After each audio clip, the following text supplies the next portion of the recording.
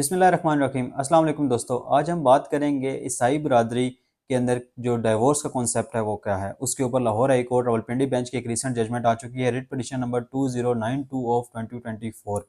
इसके अंदर हमारे मुदस्सिर भाई हैं रावलपिंडी से, उनकी कंट्रीब्यूशन है और उनकी एक रिपोर्टेड जजमेंट आ चुकी है इसके ऊपर। और जस्टिस जवाद हसन साहब ने बहुत ही डेलिबरेटली इस बात को डिस्कस किया गया, डिवोर्स एक्ट को इस बात इधर यहाँ पे डिस्कस किया गया।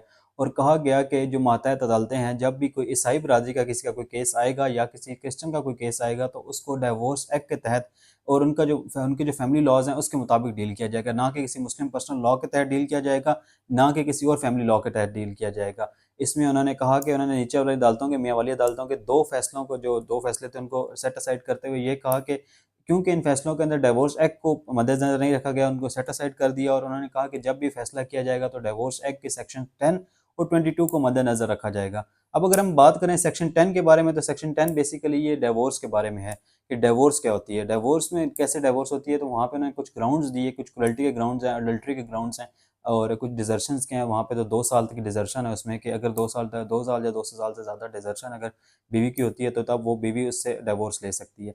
वहाँ पे जो सेक्शन 22 है, तो क्रिश्चियंस के अंदर एक नया कॉन्सेप्ट है जुडिशल सेपरेशन के अंदर, जो कि मुस्लिम के अंदर यहाँ पे नहीं है। जुडिशल सेपरेशन बेसिकली क्या होती है? जुडिशल सेपरेशन ये होती है कि आप लीगली, एक कोर्ट आपको अलाउ कर देती है कि आप एक दूसरे से अलग रहें, बट आपकी मैरिज जो होती है वो सब्सटेंसेस होती है और मैरिज आपकी रहती है, मैरिज आपकी डिसॉल्व नहीं होती।